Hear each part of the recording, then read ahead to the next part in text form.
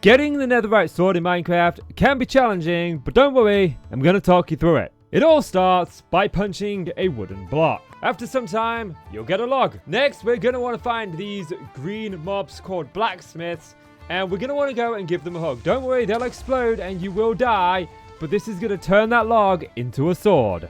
Now, if we find our hole, you will see that in this hole is a sword. Now, there are some tips and tricks to make sure you don't die when you do this, but that's later on. Now, to upgrade this to stone, we're going to take the wooden sword and we're going to throw it in a puddle of water. Any water will do as long as it is fully submerged. It'll start to float to the top. Leave this for exactly 5 minutes and 1 second and it will turn into a stone sword. Now that it's a stone sword, we are going to go pick it up and try and find some lava, which we'll need for the next step. Once we find some lava, we need to throw the stone sword into lava, and then in a moment, it'll kick out the next sword. Just like that, we've gone from stone to iron. Now, if you're struggling on how to find lava, you can go and watch my last video, which will show you how to get to the end, and near the beginning of that video, it does show you a surefire way to get to a cave that has lava in it.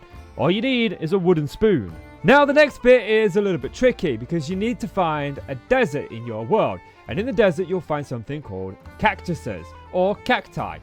Now, these have prickly bits on them. We can't quite see it here, but that's what these white dots represent. And these are going to poke diamonds in our sword. So what we need to do is throw our sword into it.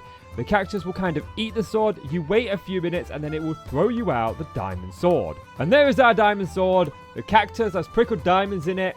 And we are one step closer to netherite. There is just one step left. Now, this step is incredibly difficult because we need to make it to the end. Now, if you don't know how to get to the end, I do encourage you once again to watch the last video. So I'm just going to skip that step and I'll meet you in the end. Now, once you make it to the end, you're going to want to find the blacksmith's forge, which kind of looks a little bit like this. You'll notice it because it's got these lava pockets here. Now, the lava here in the end is actually a lot denser and hotter than that in the overworld. So we can actually throw the diamond in and it will start to melt the diamond. And just like we did before, we have to wait for it to pop out the next sword. And there we have it.